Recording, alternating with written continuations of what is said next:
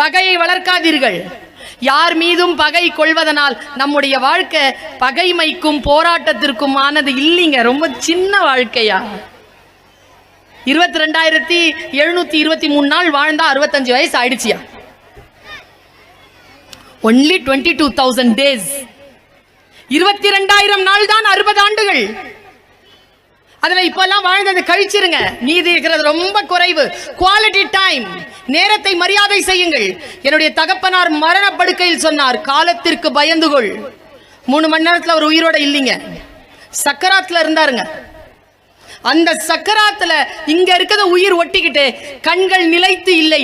என் கரத்தை பிடித்து கொண்டு அவர் சொன்ன வார்த்தை, காலத்திற்கு பயந்து கொள். காலத்தின் இயல்பு எப்பொழுது மாறும் என்று தெரியாது. காலமே இரவு, காலமே பகல். காலத்தின் இயல்பிற்கு பயந்து கொள்ளுங்கள். மனசை நெகிழ்வாக்கி கொள்ளுங்கள். மனதை ரொம்ப அழகா வச்சுக்கோங்க. நான் என்னுடைய கதை சொல்லி என்னுடைய ஒரு கதையை சொல்லுகிறேன். 2 இடங்களில் அதை நான் சொல்லி இருக்கிறேன். ஒரு புக் ஃபேர்ல சொல்லி இருக்கிறேன், 2 புக் ஃபேர்ல சொல்லி இருக்கிறேன். இவ்வளவு பெரிய கூட்டம் என்பதனால் சொல்லுகிறேன். பாட்டிகள் வந்திருக்கிறீர்கள், அத்தைமார்கள் வந்திருக்கிறீர்கள், குழந்தைகளுக்கு கதை சொல்லுங்கள். என் பாட்டி எனக்கு கதை சொல்லுவாள். அந்த கதை சொல்லி என்னிடத்தில் சொன்னார். என் கல்லூரியில் மேடையில் நின்று கொண்டு சொன்னார். என் அம்மாவை நினைவுபடுத்தினார். என் அம்மா எனக்கு நிறைய கதை சொல்லுவாங்க. நான் ஏன் தெரியுமா இன்றைக்கு மேடையில் பேச்சாளராக இருக்கிறேன்? என் தாயின், என் தகப்பனின் மொழிகளை நிறைய கேட்டவள் நான். என் மொழியை என் பெற்றோர் நிறைய கேட்டார்கள். என்ன இருந்தாலும் எங்க அப்பா கவிதையில தான் சொல்லுவார். என் அம்மா அவர் அந்த கதை சொல்லி சொன்னார். அதுதான் என் வாழ்க்கையில் நடந்திருக்கிறது. கிழிந்த பாயில் என்னை படுக்க போட்டுக்கொண்டு பறக்கும் கம்பளங்களை பற்றி கதை சொல்லுவாள். அவள் கதைகளில் ஒரு நாளும் கிழிந்த பாய்கள் வந்ததே இல்லை.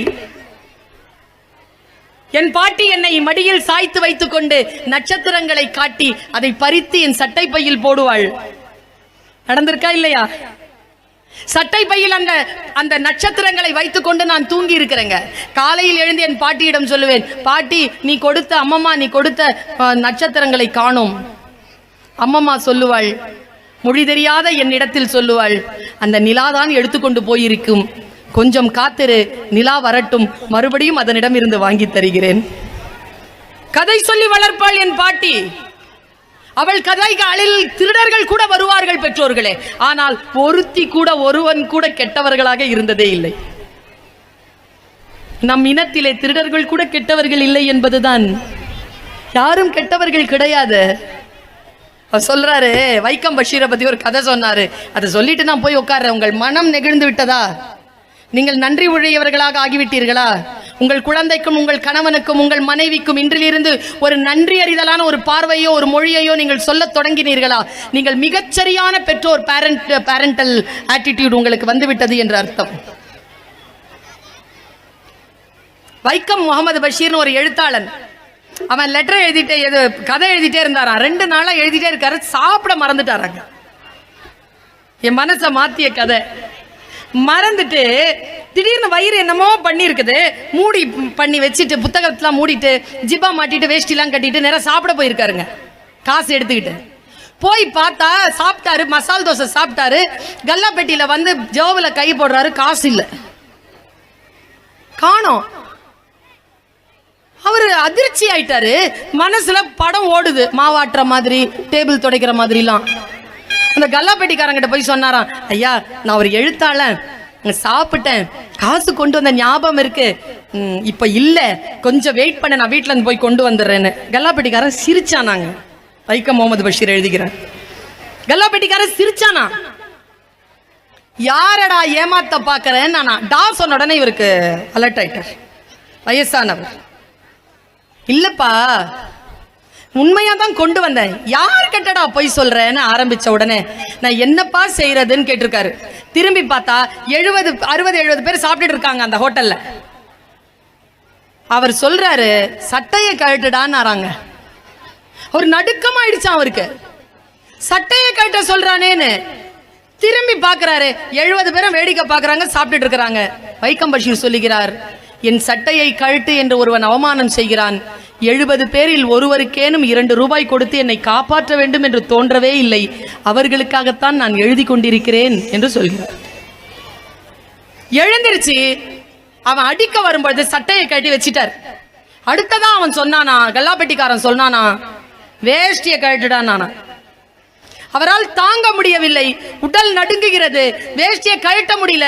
துடிச்சு அவர் வேஷ்டியின் மீது கை வைத்ததை பிடித்துக் கொள்ளும் பொழுது வெளியில இருந்து ஒரு குரல் வந்துச்சான், வேஷ்டிலாம் கழட்டாத சார், இரு சார். நேரா வந்தானா, வந்துட்டு 2 ரூபாவை எடுத்து கல்லாப்பெட்டியில வீசி அடிச்சுட்டு வச்சுக்க அப்படின்னு சொல்லிட்டு தர தர தர தரன்னு அவரை இழுத்துட்டு வெளியில வந்து ஜிப்பாவை மாட்ட செய்து, என்ன சார் காசு யாராவது அடிச்சிட்டானா என்று கேட்டவன் தன் வேட்டியை அவிழ்த்து காட்டினான். அதில் 20 பணப்பைகள் இருந்தன. இதுல எது சார் உந்து என்று கேட்டானாம். அவர் அதிர்ந்து போனார். அதில் அவர் பணப்பை இல்லை. அவன் வைத்துக்கொண்டு இல்லையா சார் என்று நடந்தான். என் கண்கள் பணித்தன, என் உடல் நடுக்கம் தீரவில்லை. அவனை அழைக்க வேண்டும் போல் இருந்தது. அவனிடத்தில் நான் ஏதேனும் சொல்ல வேண்டும், எனக்கு அவன் பெயர் தெரிய வேண்டும். ஆனால் அவன் கண்ணில் இருந்து மறைந்து விட்டான் என்று சொல்லி வைக்கம் பஷீர் முடிக்கிறார். அவன் யாராக இருந்தால் என்ன, அவன் பெயர் எதுவாக இருந்தால் என்ன, என்னை பொறுத்த அளவில் இந்த வினாடியில் அவன் பெயர் 2 தான். ஒன்று அறம், இல்லை என்றால் கருணை என்று எழுதுகிறார்.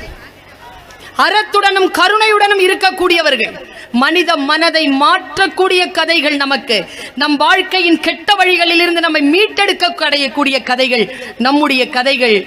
நம்முடைய வளர்ப்பு போல் மேலை நாடுகளில் வளர்ப்பு கிடையாது பெற்றோர்களே. இதை நாம் கெடுத்து கொள்ளாமல் இருக்க வேண்டும் என்றால் நம்முடைய மரபு சார்ந்த உடை, மரபு சார்ந்த உணவு, மரபு சார்ந்த சிந்தனைகளில், இறை கொள்கைகளில் நாம் அடியோடு நம்மை இணைத்து கொண்டிருக்க வேண்டும். அப்பொழுதுதான் நாம் நல்ல பெற்றோர்களாக இருக்க முடியும். அடுத்த முறை நான் எங்கேனும் உங்கள் குழந்தையை சந்திக்கலாம் அல்லது உங்களை சந்திக்கலாம். அப்பொழுது அவர்கள் நான் என்ன நினைப்புகளில் பேசி இருக்கிறேனோ அந்த உச்சங்களை தொட்ட மனிதர்களாக அவர்கள் என்னோடு வந்து பேசக்கூடிய சூழலை இறைவன் ஏற்படுத்தி தர வேண்டும் என்கின்ற பிரார்த்தனையோடு உங்கள் அத்தனை பேருக்கும் வாழ்த்துகள் சொல்லி நிறைவு செய்கிறேன். நன்றி, வணக்கம்.